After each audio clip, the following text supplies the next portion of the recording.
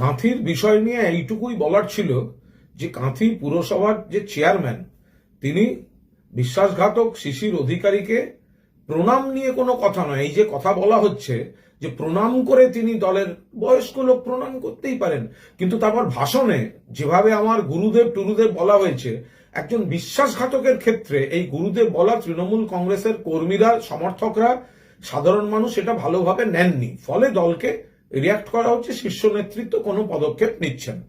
তো এটা বলার জন্য আমাকে ব্যক্তিগত স্তরে আক্রমণ করলেন বিজেপিতেই দলবদলু হয়ে সবে যাওয়া সজল ঘোষ। আমি সাধারণত ওর নামে কিছু বলতে সেভাবে চাই না, কারণ ও এত জুনিয়র, ওকে আমি এইভাবে বলি না। কিন্তু আজকে যেটা বলতে গিয়ে প্রথমে বললো আমার কারাবাস নিয়ে, তা আমি মনে করিয়ে দিতে চাই যে অমিত শাহ তিনি যখন খুনের মামলায় জেলে ছিলেন সেটা সজল ঘোষদের কিরম মনে হয়।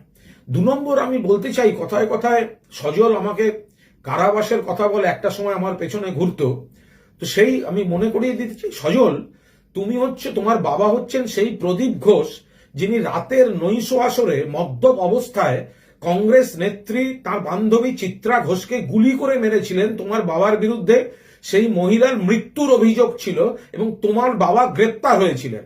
সেই মদ্যপ লম্পটের ছেলে হচ্ছে সজল ঘোষ, যার বাবার জেল দেখে তার অভ্যাস, নিজেও তোলাবাজির অভিযোগে গুন্ডামির অভিযোগে বারবার জেলে গেছে।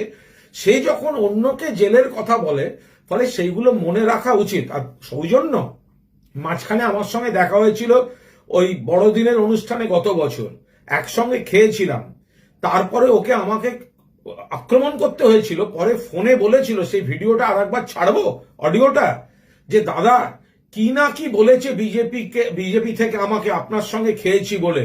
আমাকেও তো বাঁচতে হবে, আমাকেও তো বাঁচতে হবে। তো এই তো হচ্ছে বিজেপি দলের।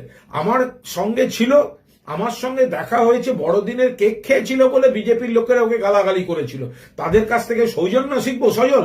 আর জেলের কথা তোলার আগে মনে রাখবে, তোমার বাবা চিত্রা ঘোষের খুনের মামলার আসামি, দীর্ঘদিন এই মামলা তাকে লড়তে হয়েছিল, ফলে অন্যের জেল যাওয়ার আগে তোমার লম্পট বাবার এই খুনের কাহিনীটা নিজে মাথায় রেখো সজল ঘোষ।